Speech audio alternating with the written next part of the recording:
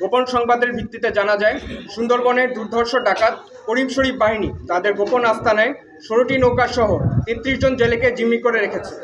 প্রাপ্ত তথ্যের ভিত্তিতে বুধবার 9 এপ্রিল 2025 তারিখ সকাল 11টাতে সন্ধ্যা 7টা পর্যন্ত বাংলাদেশ কোস্টগার্ড বেস মংলা ও আউটপোস্ট নলিয়ান কর্তৃক সুন্দরবনের করকরি নদীর মাল্লাখালী এলাকায় একটি বিশেষ অভিযান পরিচালনা করা হয়। অভিযান চলাকালীন কোস্টগার্ডের উপস্থিতি টের পেয়ে ডাকাত দল ফাঁকা গুলি ছড়ে অতি দ্রুত বনে পালিয়ে যায়।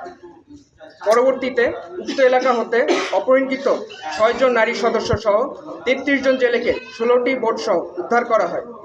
প্রাথমিক জিজ্ঞাসাবাদে জানা যায়, ভুক্তভোগীরা গত 9 এপ্রিল 2025 তারিখ সকালে মাছ ও কাঁকড়া ধরার উদ্দেশ্যে কয়রা হতে সুন্দরবনের উদ্দেশ্যে গমন করে।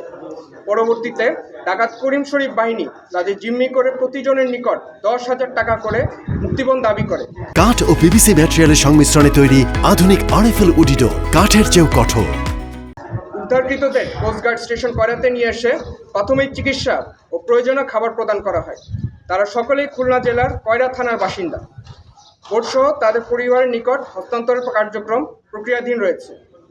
বাংলাদেশ কোস্টগার্ড আয়তাধীন এলাকাসমূহে মৎস্যজীবীদের নিরাপত্তা বিধান, জলদস্যু ও বনদস্যু দমন এবং নিরাপদ সুন্দরবন গঠনে 24 ঘণ্টা ব্যাপী টহল অব্যাহত রেখেছে, যার মাধ্যমে আওতাধীন এলাকাসমূহের আইনশৃঙ্খলা পরিস্থিতি অনেকাংশে উন্নত হয়েছে।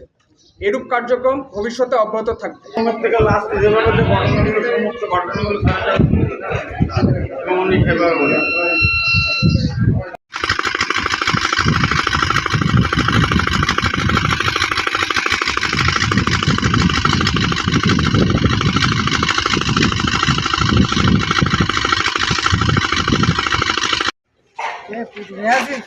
পুজো